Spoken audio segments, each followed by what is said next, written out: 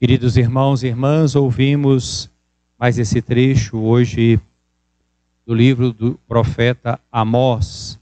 Estamos lendo nesses dias na liturgia e chegamos nessa altura do capítulo 7 de Amós, onde há esse diálogo de Amazias, sumo sacerdote em Betel, e Amós. É um ponto importante do livro do profeta Amós. Deus sempre, ao longo da história, suscita profetas. Profeta não é aquele que adivinha o futuro. O profeta bíblico é aquele que fala em nome de Deus e é chamado por Deus para levar uma mensagem da qual ele não é proprietário, mas que é uma mensagem de Deus para o seu povo. É uma mensagem de bem, de salvação, de justiça, de verdade, de amor. E o profeta Amós, como nós temos refletido nesses dias, ele se insurge contra a injustiça social vivida em Israel, no norte, no Reino do Norte. E ele profetizava nessa região de Betel e começou a incomodar. Os profetas sempre incomodam. E ele, então, Amazias, que era sacerdote em Betel, foi pedir o apoio então de Jeroboão para aquilo que estava acontecendo e pedir a sua autorização para mandar o profeta Amós embora. Diante da profecia, nós temos duas atitudes. Ou essa que nós ouvimos nesse trecho de hoje, que é tentar calar o profeta, ou nós podemos ter uma atitude de acolhida da palavra do profeta. Na Bíblia, no Antigo Testamento, nós temos as duas atitudes. Por exemplo, no livro do profeta Jeremias, nós temos várias atitudes que mostram exatamente o que aconteceu aqui também com Amós. Tentam calar o profeta, abafar a profecia, e o coração endurecido permanece no erro. Uma outra postura é aquela que nós lemos, por exemplo, no livro de Jonas. Jonas foi enviado à grande cidade de Nínive, e disse para o povo de Nínive, desde os maiorais até os menores, que se Nínive não se convertesse, ela seria destruída. E ele passa por aquela cidade, pregando, percorrendo a cidade por 3 dias, e sempre repetindo essa mesma mensagem. Mas a reação do povo de Nínive foi diferente. Desde os maiores até os menores, todos aceitaram e fizeram penitência. Podiam ter rejeitado o profeta Jonas, mas aceitaram. Com Amós nós vemos a rejeição. E essa rejeição parte inclusive de uma alta autoridade religiosa, Amazias, e vai assim tomar as dores de Jeroboão, porque o que dizia realmente o profeta Amós? Que Jeroboão ia ser morto, que o povo ia ser exilado, né? E que Israel iria então ser deportado e sofrer muito, de modo que seria escravo esse povo, seria exilado. Ora, Amazias então se dirige a Amós, dizendo que Amós deveria ir embora para Judá, porque Amós era originário da região de Judá, e que lá ele fosse ganhar o seu pão, como se Amós fosse um profeta profissional, um burocrata, um tecnocrata, um funcionário, alguém que exercia a profecia só para ganhar o seu pão. E aí nós vemos então essa palavra forte de Amazias e a resposta mais forte de Amós. Diz Amazias a Amós: vidente, sai e procura refúgio em Judá, onde possas ganhar teu pão e exercer a profecia. Mas em Betel não deverás insistir em profetizar, porque aí fica o santuário do rei e a corte do reino. Quem é que resiste à profecia? É justamente aqueles que estão numa situação confortável. Aqui são os poderosos.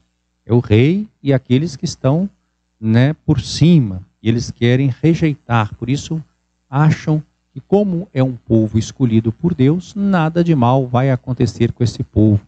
Querem uma religião tranquila, uma religião que não exija conversão, mudança de vida. Querem um Deus à sua imagem e semelhança, ao invés de se converter a Deus. E Amós então responde também de forma firme: não sou profeta, nem sou filho de profeta, O que ele quer dizer com isso? Não sou profeta profissional, não busco a profecia para sobreviver. Eu sou pastor de gado, cultivo sicômoros. Foi o Senhor que o chamou. O Senhor chamou-me quando eu tangia o rebanho. Quer dizer, ele tinha a sua vida tranquila. Talvez ele tenha ido até contra a sua vontade, incomodado, mas o Senhor o chamou e ele foi. O Senhor me disse, vai profetizar para Israel, meu povo.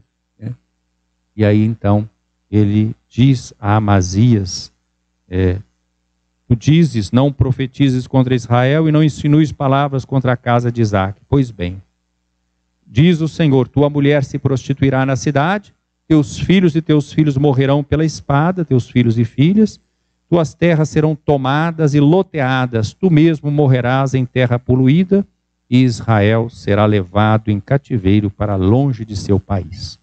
Não aceitaram a pregação de Amós, e foi exatamente isso que aconteceu. O povo do norte de Israel foi deportado para o exílio, e Israel então nunca mais foi o mesmo na região do norte, porque muitos que foram para a Síria nunca mais voltaram. Não houve um retorno do exílio como aconteceu na experiência da Babilônia, e foi diferente. Esses profetas não existiram só no passado, eles existem também hoje. É só nós olharmos para o Papa Francisco, só olharmos para vários bispos da nossa história, o servo de Deus Dom Helder Câmara, o servo de Deus Dom Luciano Pedro Mendes de Almeida. Podemos pensar em Dom Paulo Evaristo Arnes, que enfrentou corajosamente aqueles tempos difíceis da ditadura e que foi contra a tortura, e depois foi publicado aquele livro, não é? Nunca Mais, Brasil Nunca Mais, lembrando todos os crimes que foram cometidos naquele período de autoritarismo. Os profetas sempre incomodaram e sempre incomodam. O Papa Francisco tem chamado a nossa atenção, especialmente nós estamos celebrando esse ano Laudato Si, essa encíclica que ele publicou em 2015, em que ele chama a nossa atenção para esses problemas sociais e ambientais como um único problema. É uma crise socioambiental, né? E essa crise socioambiental é destrutiva para a criação de Deus e para as pessoas. O Papa Francisco é uma encíclica realmente profética. Ele ouve a ciência, ele dialoga com os pronunciamentos anteriores dos papas, com a doutrina social da igreja, com o pronunciamento dos bispos, das conferências episcopais em várias partes do mundo, com o patriarca Bartolomeu da Igreja Ortodoxa. Ele vai fazendo uma reflexão bíblica a partir da tradição judaico-cristã. Ele fala da espiritualidade de São Francisco de Assis. Ele procura meditar sobre as raízes da crise atual. Ele propõe um caminho de superação que passa pela educação e pela espiritualidade, por um novo estilo de vida, por uma mudança na política econômica. É uma encíclica profética, a última encíclica social, da doutrina social da igreja. Parece que depois daquilo que foi dito pelo Papa em 2015, levando em consideração o aquecimento global, o desmatamento, a violência contra os pobres, os povos indígenas, tudo isso aconteceu e continua acontecendo. E agora veio essa pandemia, né, do coronavírus, e podem vir outras, né, exatamente como resultado da agressão que o ser humano faz com a criação de Deus e com o desprezo dos semelhantes. Nós vemos que até nessa pandemia, como nós estamos num mundo profundamente desigual, ela afeta de forma desigual as pessoas. Os estudos que estão sendo feitos estão vendo que a maioria dos que estão morrendo, por exemplo, aqui no Brasil e em outros lugares, são justamente os pobres, são os da periferia. Se no início eram aqueles que estavam nas viagens aéreas, esses trouxeram o vírus, né? Mas depois da contaminação na sociedade, morrem os que estão na periferia e não têm uma alimentação adequada, que não têm as condições de higiene ideais e necessárias para resistir, que não podem, muitas vezes, permanecer em casa, mas quem tem que ir pela sobrevivência para o trabalho. e tantas outras situações especiais que tornam as vítimas maiores, justamente os mais pobres. Mas nós vemos que toda a situação da economia está numa situação de impasse, de perplexidade. Ou nós aprendemos com tudo isso um novo estilo de vida, uma nova relação entre nós, na política econômica, na política social, na conduta pessoal, familiar, comunitária, na própria expressão de fé, ou nós vamos cada vez mais nos afundando.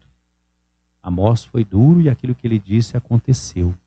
Também o Papa Francisco está nos dizendo com sua palavra no Laudato Si e tantos outros, nos mostrando um caminho de justiça, um caminho de paz, um caminho de uma ecologia integral que leva em consideração tanto a criação como a situação do ser humano, a dignidade do ser humano criado à imagem e semelhança de Deus. Tem muita gente sonhando, como eu já disse aqui, só com a volta ao normal, né? Quando nós vamos poder voltar a fazer aquilo que nós fazíamos. Aliás, no livro do profeta Amós, tem essas palavras duras. Ó vós que dizeis, quando vai passar a lua, para começar as festas de novo, e nós lucrarmos, nós alterarmos as balanças, quer dizer, quando é que nós vamos recobrar os nossos lucros, né? Tem gente que só pensa nesse aspecto, como se a nossa vida depois da pandemia devesse recomeçar de onde estava. Não, é uma grande oportunidade para repensarmos a nossa vida. É preciso que haja um aprendizado com essa situação e com outras que poderão vir. A destruição, por exemplo, da Amazônia, esse desmatamento, traz muitas consequências climáticas, consequências sociais para o nosso país e para outros lugares também. Aprendamos com os profetas do nosso tempo para que não suceda conosco o que aconteceu com o povo do norte de Israel, e não ouvindo a profecia, as advertências que Deus fez através dos seus mensageiros, sofreu o exílio, sofreu a desonra, sofreu com a enfermidade e com a morte. Mas nós temos também essa palavra de esperança do evangelho de hoje. Levaram para Jesus um paralítico, um homem que era paralítico há muitos anos, que não tinha nenhuma possibilidade de se recuperar. E Jesus diz a ele essa palavra: coragem, filho, os teus pecados estão perdoados. Jesus vai direto à raiz dos males, porque a raiz de todos esses males, inclusive esses que eu mencionei, a raiz mais profunda é o pecado. É justamente o ser humano que se afasta do projeto de Deus, de filhos que nós devemos ser de Deus, irmãos e irmãs uns dos outros e cuidadores da natureza. Nós nos transformamos em pessoas rebeldes contra Deus, querendo construir a nossa vida sem Deus e às vezes até contra Deus. Nós passamos a ver os irmãos e irmãs como concorrentes, como inimigos, como opositores, desencadeamos conflitos, ódio. E em relação à natureza, nós nos tornamos pessoas que só querem explorar e exaurir a criação de Deus. Isso é fruto do pecado. É o ser humano que é dominado pelo egoísmo, pela desmedida, como diziam os gregos, a híbris, e não a justiça, tudo no seu lugar, a de quer, né? E é justamente aquilo que prega o profeta Amós e que prega a palavra de Deus. Então Jesus disse para esse homem: coragem, teus pecados estão perdoados. Eles ficaram espantados. Quem é que pode perdoar os pecados? É só Deus. Então um momento de revelação de que Jesus é Deus, né? Eles então pensaram: esse homem está blasfemando. E Jesus então, conhecendo o pensamento deles: e por que tendes maus pensamentos em vossos corações? O que é mais fácil dizer: os teus pecados estão perdoados, ou dizer: levanta-te e anda?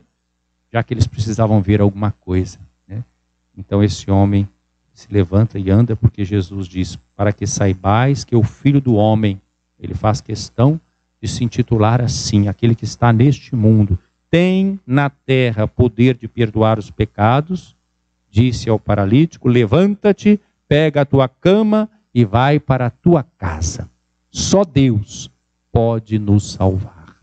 É preciso que a humanidade se volte para Deus e para a sua palavra. Que nós possamos sair da nossa paralisia, nos levantar e cuidar da nossa casa comum. O paralítico se levantou, foi para a sua casa, e a multidão ficou com medo e glorificou a Deus. Ela percebe então a presença de Deus por ter dado tal poder aos homens. Essa referência de Mateus diz respeito àquilo que a igreja tem, o sacramento da confissão, ou não só o sacramento, mas a mensagem da reconciliação e da misericórdia. Que nós então, meus queridos irmãos, possamos confiar nos profetas que Deus nos dá na sua igreja e até fora dela, que nós possamos abraçar a misericórdia de Deus, nos levantar e tomar uma outra direção em nossas vidas, pessoais, comunitárias, societárias. Louvado seja nosso Senhor Jesus Cristo.